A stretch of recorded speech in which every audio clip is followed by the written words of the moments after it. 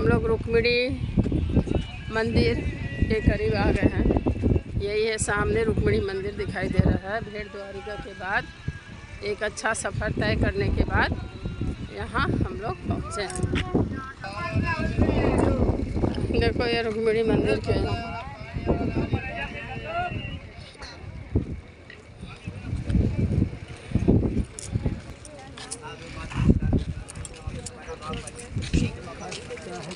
ये हम यहाँ पर ढेर सारे कबूतर नज़र आ रहे हैं। ये रुक्मिणी मंदिर का ही नज़ारा है।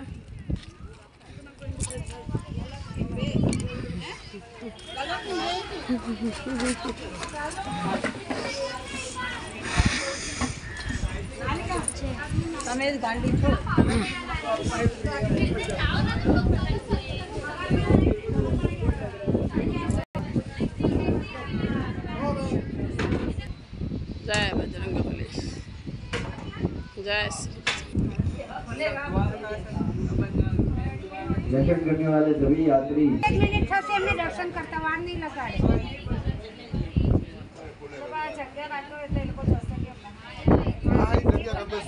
अब एनम जवा दो खाली आई तो एम ज कहूं છું કેટલે બેનું જવા આ બેને આવે જો द्वारिकाधीश कृष्ण भगवान की जय। विजू मंदिर के आप दर्शन किए तो बता रहे हो आधी यात्रा की मालकिन माता रुक्मिणी का मंदिर।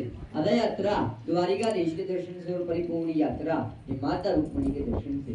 जो कृष्ण भगवान की 8 पटरानी, वो 8 पटरानी में से ये रुक्मिणी माता सबसे बड़ी, सबसे मुख्य पटरानी है। फिर भी भगवान द्वारकाधीश से इतना दूर यहाँ अकेले जंगल में विराजती है। उनके पीछे का कारण बोला जाता है दुर्वासा ऋषि का श्राप। दुर्वासा ऋषि ने श्राप भी दिया। माता रुक्मिणी और भगवान द्वारकाधीश ने चैत्र मास शुक्ल पक्ष की एकादशी के दिन विवाह किया। जिस पवित्र स्थल के ऊपर आप लोग खड़े हो, इसी पवित्र स्थल के ऊपर रानी रुक्मिणी और भगवान द्वारकाधीश का शादी का जो आखिरी फेरा बोलते हैं, चौथा फेरा, वो यहाँ पे घूमा गया है। उसका प्रमाण जब पीछे यात्री पक्ष खड़े, अगर थोड़ा ध्यान से और थोड़ा गौर से आप सभी यात्री पक्ष ऊपर की ओर देखोगे, ये रुक्मिणी देवी का शादी का मंडप है। इसी पवित्र स्थल के ऊपर रानी रुक्मिणी और भगवान द्वारकाधीश का शादी का आखिरी फेरा घूमा गया था। शादी संपन्न हो गया। फिर अपने कुल के गुरु महामुनि दुर्वासा ऋषि को भोजन निमंत्रण दे दी। यहाँ से 50 किलोमीटर की दूरी पे गांव का नाम है पिंडारा, पिंडदारक क्षेत्र, जहाँ दुर्वासा महामुनि का आश्रम हाल में भी मौजूद है। वहाँ भोजन निमंत्रण देने जाते हैं कि हम कृष्ण रुक्मिणी ने शादी किया है। द्वारिका में भव्य ब्रह्म भोजन, ब्राह्मण भोजन का आयोजन है। भोजन के हेतु द्वारका पधारो, परंतु दुर्वासा ऋषि साफ मना करते थे कि जो रथ में ये गूंगे पशुजीव बैल और घोड़े की सवारी होती है, वो सवारी तो हम तपस्वी ब्राह्मण करते नहीं। भोजन कराना हो, द्वारका ले चलना हो। कृष्ण रुक्मिणी रथ को खींचते खींचते द्वारका नगरी ले चलो, भोजन के लिए चलने को तैयार। गुरु महाराज की आज्ञा का पालन किया, रथ को खींचा। खींचते खींचते आधे मार्ग पर रुक्मिणी माता जी को पानी की प्यास लगी। श्री कृष्ण भगवान से बोली कि नाथ मेरा गला सूखता है, मुझे पानी पीना है, आगे मुझसे ये रथ खींचा नहीं जाता। तो भगवान ने रथ को रोक दिया। अपने दाहिने पैर का अंगूठा जमीन में दबाया, चरण में से गंगा को प्रकट किया और रुक्मिणी माता जी को जल पिलाया। परंतु उन दोनों से भूल गलती क्या हो गया कि पीछे विराजे हुए आमंत्रित किए हुए गुरु महाराज को ब्राह्मण देव को पूछना भूल गए। दुर्वासा ऋषि ठहरे क्रोधी ऋषि क्रोध की अग्नि में सवार हो गए। कृष्ण रुक्मिणी और समग्र द्वारका भूमि को 2 श्राप दे देते। क्या पति पत्नी का, कृष्ण रुक्मिणी का, लक्ष्मी नारायण का 12 वर्ष तक वियोग हो जाएगा, जुदाई हो जाएगा।